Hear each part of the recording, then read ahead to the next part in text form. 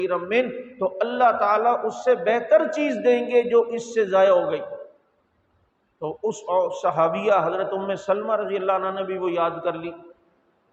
کچھ عرصے بعد حضرت ام سلمہ رضی اللہ تعالیٰ عنہ کو پتہ چلا کہ ان کے شوہر کا انتقال ہو گیا، تو ایک دم ام سلمہ نے یہ دعا پڑھ لی۔ تو حضرت ام سلمہ کہتی ہیں کہ عدت کے دنوں میں ایسے ہی میرے ذہن میں خیال آیا کہ یہ دعا تو میں نے پڑھی ہے، لیکن مجھے ابو سلمہ سے بہتر شوہر کون ملے گا، کیونکہ اس دعا کی برکت یہ کہ جو چیز آپ سے چلی گئی اس سے بہتر چیز اللہ دے گا، تو ابو سلمہ سے بہتر شوہر مجھے کہاں مل سکتا ہے؟ کہتے ہیں یہ تو اس دعا کا اثر مجھے اس وقت نظر آیا کہ جب میری عدت ختم ہوئی اور میرے لیے محمد الرسول اللہ کے نکاح کا پیغام آ گیا صلی اللہ علیہ وسلم۔ کہتے ہیں اس وقت مجھے پتہ چلا اس دعا کا کتنا اثر ہے۔ تو یہ جو وظائف ہیں سورہ بقرہ، بعض چیزیں شروع اور آخر میں بھی دیکھیں نا تو ہمیں قرآن کریم میں بہت سی چیزیں سمجھ آئیں گی۔ اب یہ سورہ عصر ہے، پہلا لفظ والعصر اور آخری لفظ صبر، وتواصوا بالحق وتواصوا بالصبر۔ یہ اس طرف اشارہ ہے کہ عصر زمانے کو کہتے ہیں، بھائی زمانے میں پیدا ہوئے ہو تو پھر یہ صبر کرنا پڑے گا، بہت سے معاملات میں تمہارے اوپر آئیں گے لیکن اس پہ صبر کرنا پڑے گا، کبھی بچوں کی وجہ سے پریشانی، کبھی مہنگائی کی وجہ سے پریشانی، کبھی اور پریشانی، کبھی دین کی وجہ سے، کبھی دشمن کی وجہ سے، تو والعصر اور وتواصوا بالحق وتواصوا بالصبر، ادھر آخر میں صبر ادھر عصر۔ جیسے قل هو اللہ احد اللہ الصمد لم یلد ولم یولد ولم یکن لہ کفوا احد، اب شروع میں قل هو اللہ ہے، آخر میں احد ہے کہ اللہ کے سوا کوئی بھی نہیں، جو کچھ بھی ہے تو سب کو سب اللہ ہی ہے۔ کون ہے؟ تو اسی طرح اس قرآن کریم کی پہلی سورہ سورہ بقرہ، جس میں یہودیت کا رد ہے کہ یہودی یہ ظالم جادو میں بہت ماہر ہیں، اور اگر ان جادو ٹونوں سے بچنا ہو تو پھر سورہ فلق اور سورہ ناس آخر میں بتائی۔ اس لیے میرے دوستو قرآن کریم اس کو ایک تو پڑھنا ہے، دوسرا سمجھ کے پڑھنا ہے۔ یہ ایسی کتاب ہے کہ جس میں اللہ رب العزت نے ہماری نجات رکھی ہے، ہماری بقا رکھی ہے۔ ہمیں اللہ رب العزت نے یہ اتنی بڑی دولت عطا فرمائی ہے قرآن کریم کی صورت میں، فصاحت و بلاغت دیکھو تو اس میں، راہ نجات دیکھو تو اس میں، عزتیں دیکھو تو اس میں۔ آج ہم کہاں جا رہے ہیں عزت ڈھونڈنے کے لیے؟ یہ قرآن والوں کو ہی عزت ملتی ہے۔ آپ دیکھ لو آپ کے پڑوسی ملک افغانستان میں 48 ملکوں کو امریکہ لے کر آیا تھا، لیکن عزت اللہ نے قرآن والوں کو دی یا نہیں دی؟ اور عزت اللہ نے قرآن والوں کو دی۔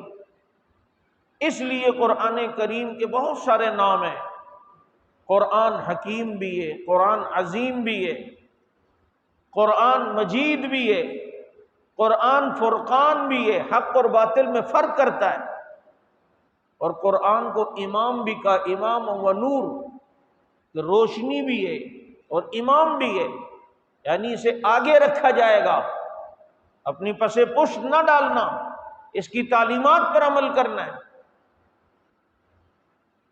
ہر معاملے میں قرآن کریم کے سائے میں رہنا ہے۔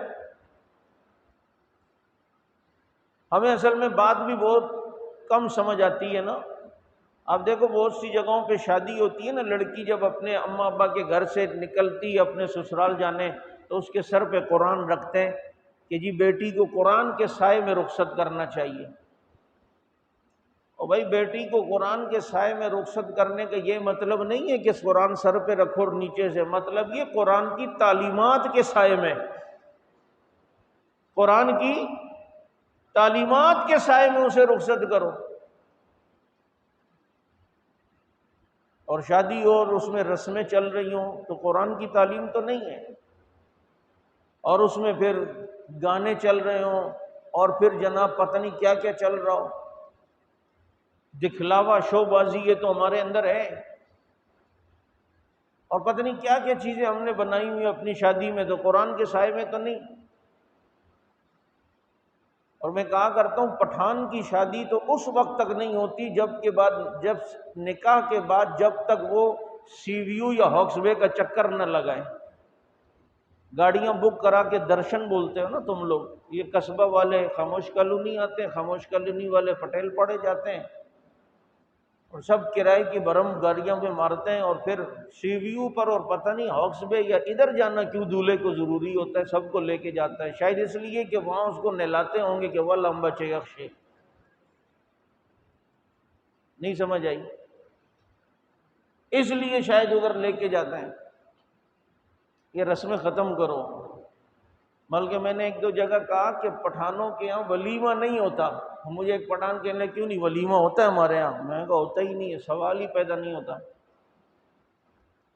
کہتے ہیں کیوں نہیں ہوتا مولوی صاحب، میرا بھی ہوا تھا ولیمہ، میں نے کہا ہوا ہی نہیں ہے، کہا کیسے، میں نے کہا ولیمہ اس کھانے کو کہتے ہیں جو بیوی سے ملنے کے بعد دوستوں کو کھلایا جائے، تمہارے یہاں تو نکاح ہوتا ہے تو 6 دن تو مہمان بیوی کے پاس سے نہیں جاتے، یہ بیچارہ روز آ کے دیکھتا ہے یار بیٹھے ہوئے یا نہیں، گورم خان تھا خان گورے آسمان تھا، پھر دوسرے دن آتا ہے پھر بھی یار یہ تو جاتے ہی نہیں ہے، وہ ایسی کوئی سمد بونڈ لے کر آتے ہیں نیچے لگا کے بیٹھتے ہیں کہ وہاں سے جانے کا نام نہیں لیتے، تو وہاں تو نے بیگم کو ابھی تک زیارت سے آپ مشرف ہوئے نہیں، اور دوسرے دن آپ لوگوں کو کھانا کھلا رہے ہوتے ہو، تمہارے تو بڑی آسانی سے حلق سے اتر جاتا ہے نا، یہ دولہے سے پوچھو کہ ایک لقمہ اس کے منہ سے کتنی مشکل سے نکلتا ہے، تو ولیمہ تو کہتے اس کھانے کو ہے کہ جو بیگم کو دیکھنے ملاقات کے بعد ہو، تو اس لیے میں کہا تمہارے یہاں ولیمہ ہوتا ہی نہیں ہے۔ بھائی صحیح کہہ رہا ہوں غلط کہہ رہا ہوں؟ ناراض تو نہیں ہو رہے ہو نا؟ ہو بھی جاؤ تو نو ٹینشن، کیونکہ ہم نے زندگی کا اصول بنایا ہے کہ توحید تو یہ ہے خدا حشر میں کہہ دے یہ بندہ دو عالم سے خفا میرے لیے۔ اب یہ کیا رسم و رواج ہے؟ پٹیل پڑا میں ہمارا ایک دوست نر کا بچہ تھا، اس نے اپنے گھر والوں سے کہا آج عصر میں میرا نکاح ہے، رات کو جب میں آؤں نا ایک مہمان بھی مجھے نظر نہ آئے، پھر عزت ان کے پاس ہے، مرضی ہے، لیکن مجھے نہیں نظر آنا چاہیے، صبح میرا ولیمہ ہے اور میں ولیمے کو ولیمہ کرنا چاہتا ہوں، اور اگر کوئی مہمان نظر آیا تو بس ٹوپک زمہ قانون دے۔ اب اس نے یہ کام کر کے دکھایا، اور پھر ایک مہمان بھی گھر پہ نظر نہیں آیا۔ ایسے جوان کے بچے بنو نا، نہیں اگر ہوتا تو پھر میرے سے مشورہ اور بھی لے لینا اکیلے میں۔ بہرحال میں یہ عرض کر رہا تھا کہ قرآن کے سائے کا یہ مطلب تھا، تو قرآن کو رب نے امام کہا کہ قرآن کو ہم نے آگے رکھنا ہے، قرآن پیچھے ہونے کے لیے نہیں ہے۔ پتہ نہیں آپ کو وہ بات سمجھ آئے گی یا نہیں جو میں کہنا چاہ رہا ہوں، قرآن آگے ہوتا ہے پیچھے نہیں، اسی لیے معراج میں قرآن والا آگے تھا کیونکہ اس نے قرآن پڑھنا تھا، تورات زبور انجیل والے پیچھے تھے، قرآن پیچھے کے لیے نہیں آگے کے لیے۔ اسی لیے تو امام ابو حنیفہ کہتا ہے جو آگے ہوگا قرآن وہی پڑھے گا نماز میں، جو پیچھے ہوگا وہ نہیں پڑھے گا۔ بھائی من کان لہ الامام فقراۃ الامام لہ قراءۃ، وہ پڑھے گا جو آگے ہے، کیونکہ قرآن آگے کے لیے ہے پیچھے کے لیے نہیں آیا ہے۔ سمجھ آ رہی ہے بات یا نہیں آ رہی؟ تو قرآن کریم اللہ تعالیٰ نے یہ عظیم کتاب رسول اللہ صلی اللہ علیہ وسلم کو دی، اور پھر آپ صلی اللہ علیہ وسلم نے یہ قرآن کن کو سکھایا براہ راست؟ بتاؤ نا، بولو، کس کو؟ صحابہ کو۔ یار آج اگر کوئی کہتا ہے نا میں شیخ سلیم اللہ خان صاحب رحمۃ اللہ علیہ کا شاگرد ہوں، کوئی کہتا ہے میں مفتی ظفر علی خان رحمۃ اللہ علیہ کا شاگرد ہوں، کوئی کہتا ہے میں تاج امروٹھی رحمۃ اللہ علیہ کا شاگرد ہوں، کوئی کہتا ہے میں حسین احمد مدنی رحمۃ اللہ علیہ کا شاگرد ہوں، وہ کتنے خوش نصیب تھے جو لوگوں کو کہتے ہوں گے میں محمد الرسول اللہ کا شاگرد ہوں۔ براہ راست جو نبی کے شاگرد تھے وہ کون تھے؟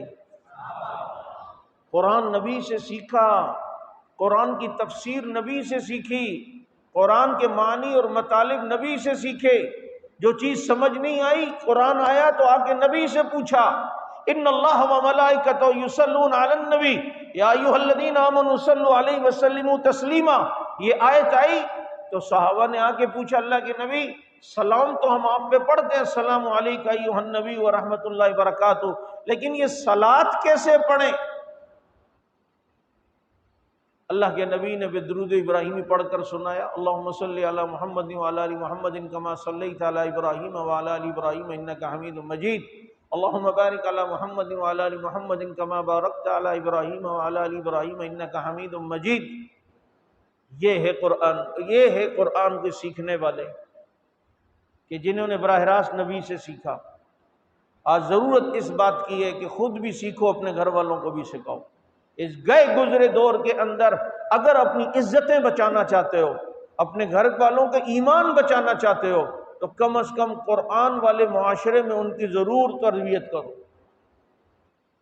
قرآن والے آج دین نہ ہونے کی وجہ سے، قرآن کی تعلیمات نہ ہونے کی وجہ سے گھروں میں مسائل ہیں، گھروں میں لڑائیاں ہیں، خاندانوں میں لڑائیاں ہیں۔ اور صحابہ کیوں رحماء بینہم تھے؟ کہ قرآن کو اچھی طرح سمجھ گئے تھے، اور کیا خوش نصیب لوگ تھے کہ میں کہا کرتا ہوں ہم قرآن کو الماریوں سے اترتے دیکھتے ہیں اور صحابہ قرآن کو آسمانوں سے اترتے دیکھتے تھے۔ ہم قرآن قاری صاحب سے پڑھتے ہیں، صحابہ قرآن نبی سے پڑھتے تھے۔ ہم قرآن کے صفحے پہ والضحیٰ دیکھ کے پڑھتے ہیں اور صحابہ چہرہ مصطفیٰ دیکھ کے والضحیٰ پڑھتے تھے۔ ہم قرآن کے نسخے میں واللیل دیکھ کے پڑھتے ہیں اور صحابہ زلف پیغمبر کو دیکھ کے واللیل پڑھتے تھے۔ ہم قرآن کریم کے مصحف میں دیکھ کر الم نشرح پڑھتے ہیں اور قرآن صحابہ جو ہیں نبی کے سینے کو دیکھ کے الم نشرح پڑھتے تھے۔ ہم قرآن کو صفوں میں دیکھ کے پڑھتے ہیں اور صحابہ قرآن کو صاحب قرآن دیکھ کے پڑھتے تھے۔ کیا خوش نصیب لوگ تھے، اور ساری دنیا میں پھر قرآن پہنچانے والے، اور کتنی ایمانداری سے پہنچایا۔ میں ایک بات رمضان میں کافی جگہ کہہ رہا تھا، آج دیکھو بہت سے ایسے بدبخت لوگ ہیں جو کہتے ہیں جی نبی کے بعد یہ صحابہ نے قرآن بدل دیا، قرآن اصلی نہیں ہے، نعوذ باللہ۔ تو دیکھو اگر وہ ڈنڈی مارنے والے ہوتے نا، میں یہاں سے 4 آدمیوں کو آپ میں سے اٹھاؤں اور ایک بات کہوں، اور وہ بات میں ایک آدمی سے کہوں یار یہ بات جا کر کیماڑی میں میرے فلاں دوست کو پہنچا دے، دوسرے سے کہوں یہ بات ناگن چورنگی میں میرے دوست کو پہنچا، تیسرے سے کہوں اورنگی ٹاؤن میں میرے یہ دوست کو پہنچا، چوتھے سے کہوں یہی بات لالو کھیت میں میرے فلاں دوست کو پہنچا۔ اب 4 آدمیوں کو میں نے اٹھایا اور 4 جگہوں پر ایک ہی بات دے کے بھیجا۔ کچھ دن بعد وہ 4 مجھے ملے جن کے پاس میں نے بھیجا تھا، اور میں ان سے کہوں میرے کوئی آدمی آئے تھے؟ وہ کہیں ہاں۔ اچھا یار انہوں نے کوئی پیغام دیا تھا؟ اب لالو کھیت والا بھی وہی بات کرے جو میں نے کہی، اورنگی والا بھی وہی بات کرے جو میں نے کہی، ناگن اور کیماڑی والے بھی وہی بات کریں جو میں نے کہی، کوئی اس میں فرق نہ آ رہا ہو۔ تو کیا دلیل ہے کہ میرے قاصد ایماندار تھے، کامل الضبط تھے، حافظہ مضبوط تھا، یار جو بولا وہی پہنچایا۔ لیکن وہ 4 مجھے ملے اور میں کہوں میرے آدمی کوئی آئے تھے؟ کہیں ہاں۔ میں کہوں کوئی پیغام پہنچایا تھا؟ لالو کھیت والا کچھ اور بول رہا ہو، کیماڑی والا تھوڑا تبدیل کر کے بول رہا ہو، ناگن والا کچھ اور بول رہا ہو، اورنگی ٹاؤن والا تھوڑا اس میں اور تبدیل کر کے، تو کیا مطلب ہے میرے قاصد بے ایمان تھے؟ میں نے بولا کیا اور انہوں نے پہنچایا کیا؟ میرے دوستو نبی سے قرآن لے کر ساری دنیا میں جانے والے کون ہیں؟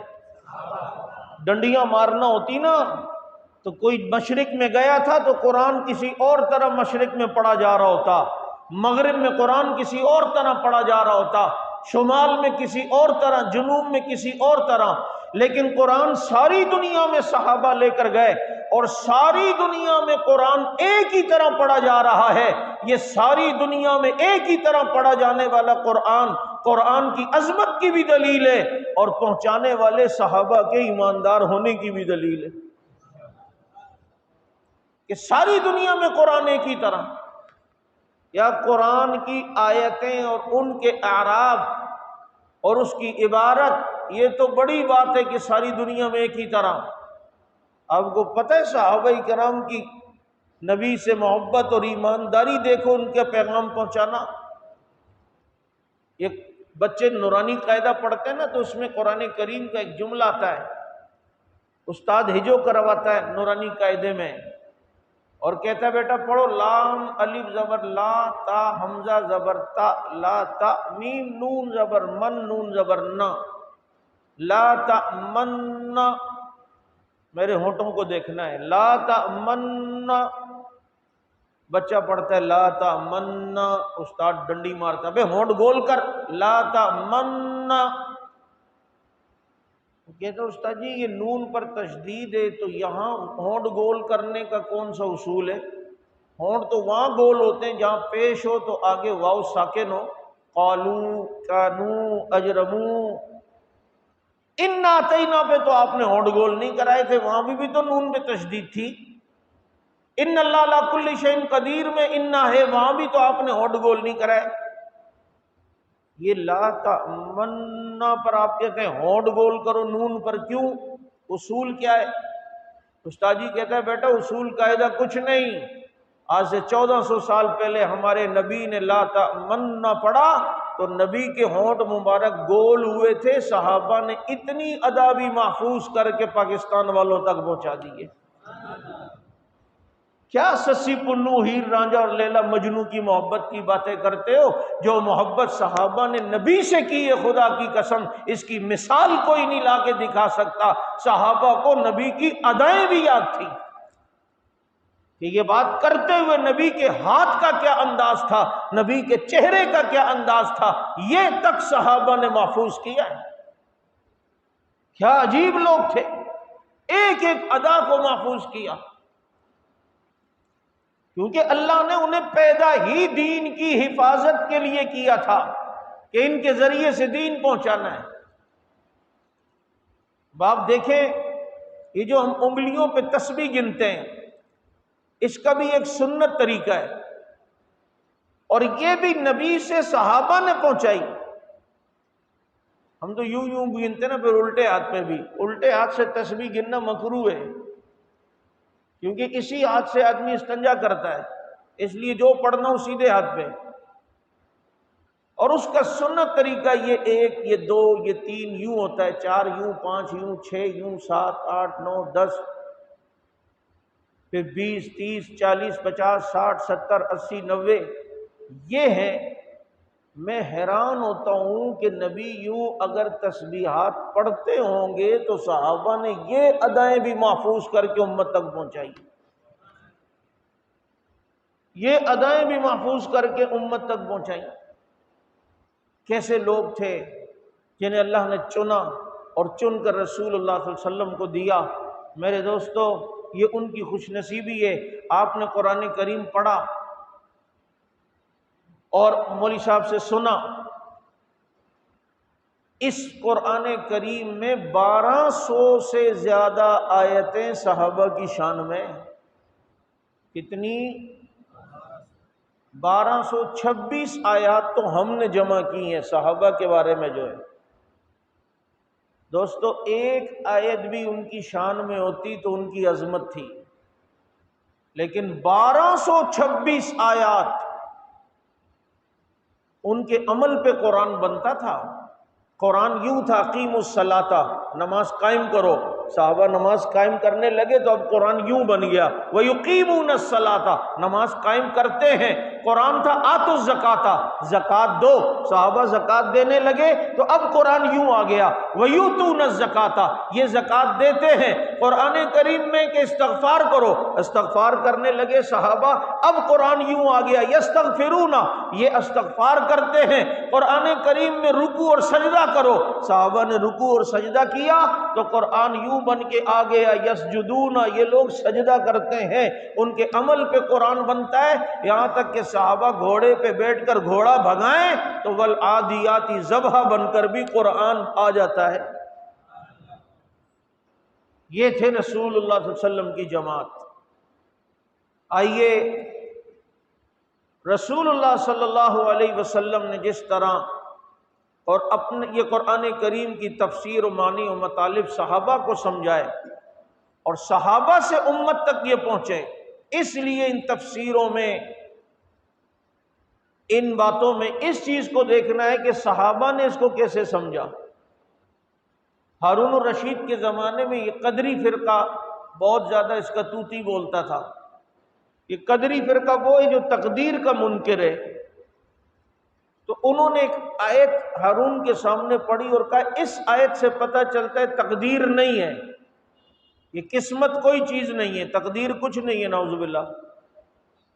انہوں نے یہ بات ہارون کے سامنے ایک آیت پڑھ کے کی تو کتنا پیارا جواب ہارون الرشید نے دیا، بس یہ میری آخری جو بات ہے یاد رہے گی تو ساری زندگی کام آئے گی۔ ہارون الرشید نے کہا کہ یہ آیت صحابہ نے بھی پڑھی تھی اور اس آیت سے صحابہ نے تقدیر کا انکار نہیں سمجھا، تو تم کون ہوتے ہو اس آیت سے تقدیر کا انکار سمجھنے والے؟ کتنا بہترین اصول بتایا۔ اس لیے آئیں اپنے بچوں کو قرآن پڑھائیں، اپنی اولاد کو قرآن سکھائیں، خود بھی قرآن سیکھیں اور اس پر عمل کی کوشش کریں۔ اللہ تعالیٰ ہمیں سمجھ عمل کی توفیق عطا فرمائے۔ میں آخر میں دوبارہ آپ کے امام صاحب کو اور آپ حضرات کو اس قرآن کریم کے ختم پر مبارکباد پیش کرتا ہوں اور دعا گو ہوں اللہ تعالیٰ اسے قبول فرمائے۔ وآخر دعوانا ان الحمد للہ رب العالمین۔ سبحانک اللہم بحمدک نشہد ان لا الہ الا اللہ نستغفرک ونتوب الیک۔ اللہم صلی علی محمد وعلی آلہ واصحابہ وبارک وسلم۔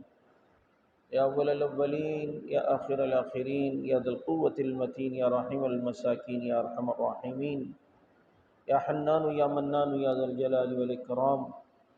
ہمارے تمام قسم کے گناہوں کو معاف فرما، صغیرہ کبیرہ گناہوں سے درگزر فرما۔ یا اللہ چھوٹے بڑے گناہوں کو معاف فرما، ہمیشہ ہمیشہ کے لیے ہم سے راضی ہو جائے۔ یہ جو قرآن کریم کی تکمیل ہوئی اپنی بارگاہ میں قبول فرما، کمی کوتاہی کو معاف فرما، ہم سب کو اس پر عمل کی توفیق عطا فرما۔ یا ارحم الراحمین مولوی صاحب کو اس قرآن کریم کی تکمیل پر جزائے خیر نصیب فرما، ان کے والدین اور اساتذہ کی یا اللہ ان کو جزائے خیر نصیب فرما۔ یا ارحم الراحمین جو مسلمان بیمار ہیں شفاء کاملہ نصیب فرما، جو دنیا سے رخصت ہو گئے ان کی بخشش و مغفرت فرما۔ یا اللہ جو مقروض ہیں انہیں قرضوں سے خلاصی نصیب فرما، جو بے روزگار ہیں مسلمان انہیں حلال بابرکت باوسعت رزق عطا فرما۔ اس موقع پر جو دعا مانگنا ہم سب کے حق میں بہتر و قبول فرما، ہم سب کے ایمان کی عزت آبرو جان مال اعمال کی اولاد کی آل کی حفاظت فرما، نعمتوں کے چھننے سے ہماری حفاظت فرما۔ اللہم صلی علی محمد وعلی آلہ واصحابہ وبارک وسلم۔ سبحان ربک رب العزت عما یصفون وسلام علی المرسلین۔